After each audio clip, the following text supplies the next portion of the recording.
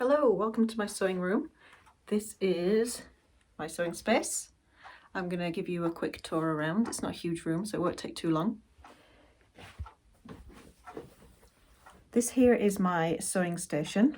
This is my sewing machine. It's a Brother PQ 1500 SL. The reason I like this machine is it's very fast. So it doesn't have a lot of features, but it does have a nice straight stitch on there, and it does me well. I've used it now for about 3 years and I don't see me needing to replace it anytime soon. Next to my sewing machine, I have my pressing station. On the walls, you'll see I've got lots of different mini quilts, and I'm actually thinking of changing these up sometime soon.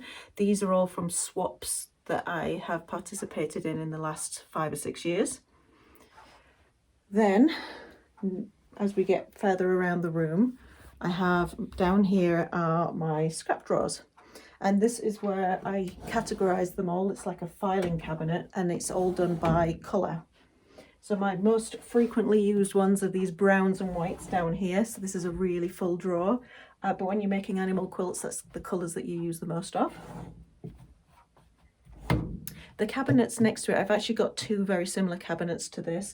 I got them from the UK. They were old kitchen units that have been painted, and then I brought them over here when we moved to Canada. I just keep things like interfacing and bits of trim and that kind of thing in these. Things like rulers and bits and bobs. And then on top I've got my smaller cutting mat, and I'm actually working on some bag projects right now.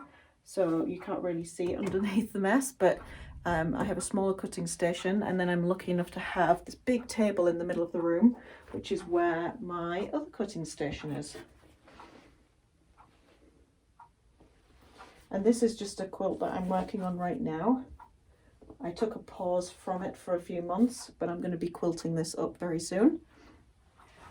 My favourite part of the room is my design wall. This is 2 pieces of foam insulation covered in batting that I made, and then it's velcroed to the wall, and it was the first thing I put up in this room when I moved in. And then as we go this way,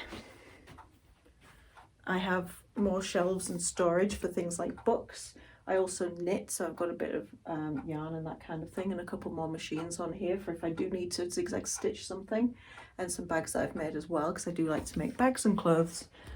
I've also got my big batting roll in the corner, so I always make sure I've got plenty of batting, and some patterns I've had printed that I haven't made yet. So these are dressmaking patterns. And then as we start to leave the room now, we're over at my kind of workstation where I keep things like scissors and pencils and all of the stuff that I need close to hand is just here. And then I've got some other drawers which keep all sorts of miscellaneous paperwork in. These are my work in progress projects that are stashed away for when I'm ready to look at them again. And then next to that I have my fabric shelves, and this is all the fabric that I have other than dressmaking fabric. So I don't really have a huge stash compared to a lot of people, but I do keep it on these comic book cards so that everything is nicely folded and easy to pull out of the shelves.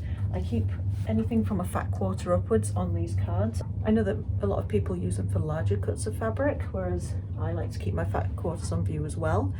And it's all organised by colour, so again I can look at it and see whether I need to buy any extra colours of fabrics. If I'm running low on browns, for example, I know that at a glance what kind of browns I'm looking for, whether it's dark, medium or light.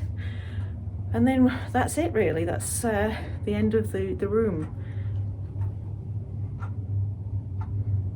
This is my basement room.